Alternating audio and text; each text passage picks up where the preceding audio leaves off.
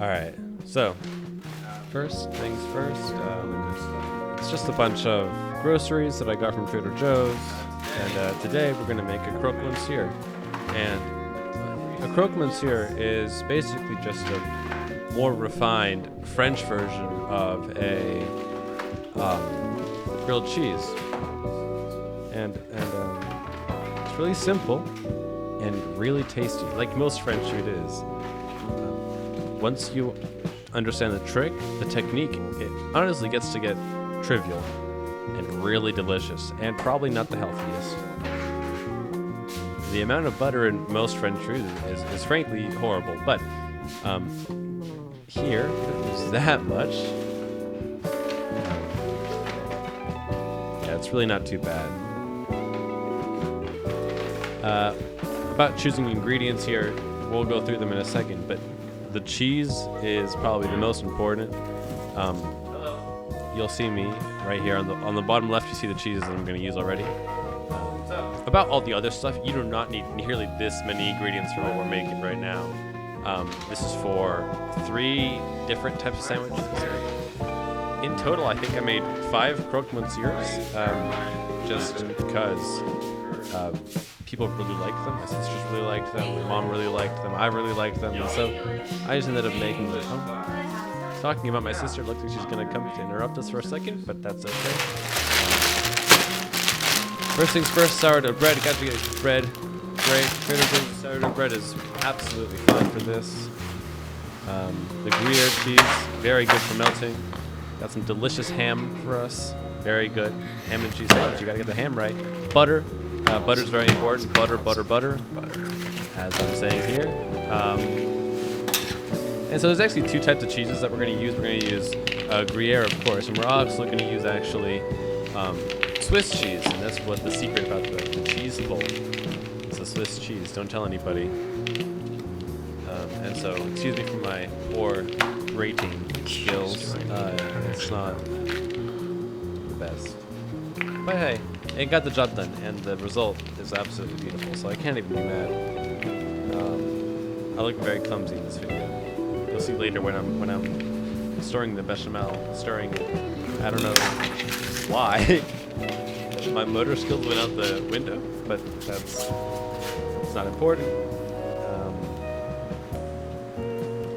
But yeah, so this is for the roux. The roux is spelled R-O-U-X. And it's literally just 1 tablespoon, or 1 part butter, 1 part flour. As you see the flour there, I'm going to get 1 tablespoon of flour, 1 tablespoon of butter. And we're going to put it all together in a small saucepan. And it's nothing special, just stainless steel. Put the butter in, chuck it in, and it's going to melt soon. Really just agitate it a little bit.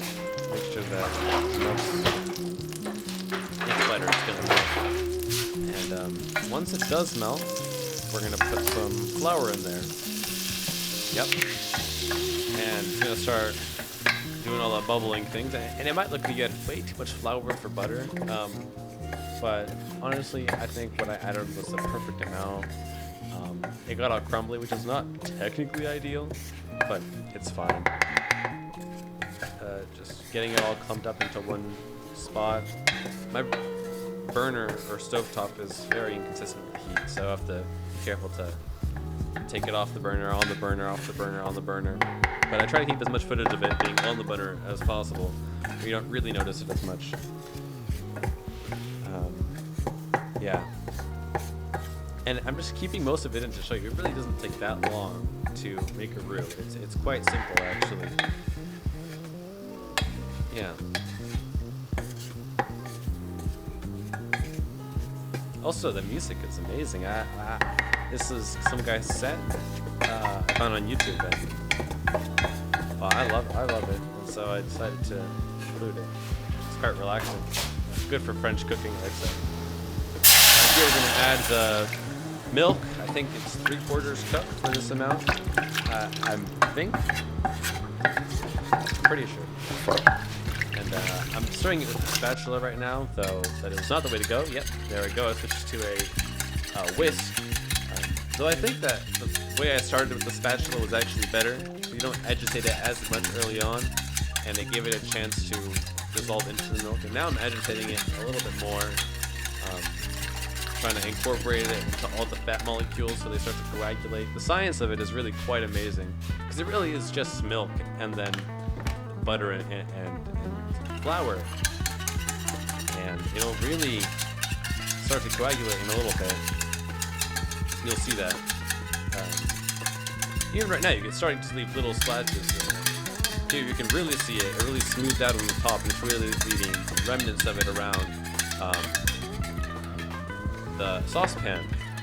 And I'm trying to show you exactly, because I don't know if it'll show up on camera, how the biscuits is getting. It's really quite crazy. I think here I am. You can see it's simmering a little bit. It's getting ready. It's thickening up. It will be really good on the sandwich, really tasty. Another thing about this is that it prevents the actual bread from burning. I put in some salt here. You just put the salt in your hand and then you put on as much as you want. Obviously to taste, everything's to taste. Really thickening it up here. I'm putting black pepper, but you're usually supposed to use white pepper flakes. I didn't have any of those, so this is technically sacrilege to put it in a bechamel, but I mean, it tastes about the same, so it'll be fine. I'll also put some paprika in it, you'll see in a little bit. Really give it some extra pop of flavor, some extra smokiness, and smokiness is always good, no matter what, right? And yeah, we're gonna put some in. Yeah, don't be shy, we're good. Yeah, and this will go beautifully on the sandwich. One thing I have to say is that I actually forgot. I didn't forget, but I don't know what happened with that footage. That is a completed bechamel. Oh my god, that is good. I'm really excited for it, apparently. I love the bechamel. Yeah. It is a pretty good bechamel. Okay, so that was the bechamel. It was absolutely amazing. I mean, just take a look at that. Quite an amazing bechamel. Turned out really good. Really, really good. That is one of the best bechamels I've ever made. Wow. And it turned out really fast as well. Okay, so this is the footage of the sandwich in the broiler. You can see it's already constructed. I thought I filmed the construction of the sandwich, but I can't find it anywhere. But it's really simple. It's just some bread. You put some Dijon mustard on it, and then you put just a little bit, then some and then some Gruyere, and then you put the ham on, some more cheese, and you put the Swiss cheese on. That's what you see here, dripping beautifully. Oh my God. Then you put another one on, another bread, and then you put some of the bechamel sauce on top of that bread, and then you put some cheese on top of that, and then you put it all in the broiler, and it gets all crispy and just amazing like that. But don't forget to toast the bread. Toasting the bread is also very important, so make sure to toast the bread. And here I am taking it out of the oven. Also, I hope that you haven't noticed too bad, but you can kind of see here where it's all at an angle. I didn't actually use a tripod. There was this weird janky situation to put the camera where I wanted it to. It was really strange, but I got it to work somehow. Yeah.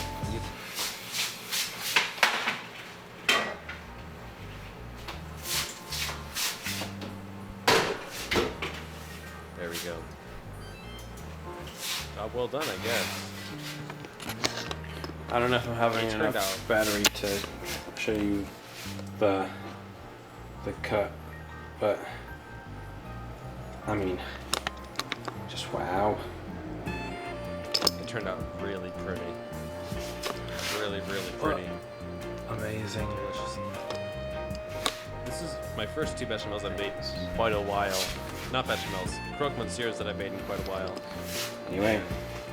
It turned out pretty well, at least in my book. I would like it to be a little bit more browned on top, but it was getting late in the night at this point, so. Some battery left in there. Yeah. I think it's my sister actually trying to. How? Just it doesn't matter. Just point at it and make sure it's in focus. Yeah.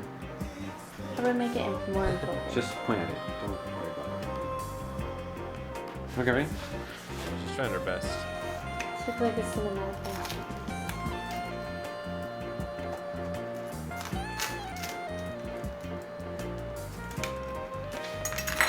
We'll see how it turns out. Wow. Oh, wow. I wish you could see more, but hey. I feel like I'm filming a YouTube video. It's going in and out of focus. Oh, it's fine. I might not be the best Give photographer. that to my sister. What? It's really blurry. What? Oh. What's that? There. Oh, there we go. There. Well, it keeps on You're getting coming in glimpses and out. of It's it. not in focus. Whatever, it's fine. There. As long as it's not. Keep it there. Perfect. Oh, yeah, that's good. Okay, so we don't have a lot of time. It's gonna run out of charge. So come on, let's do this. What do you think? Okay, well, it looks-wise, it looks pretty good. But I don't know, I haven't tasted it yet, so we'll see in a few bites. Stop stalling. Please eat it. Go. No.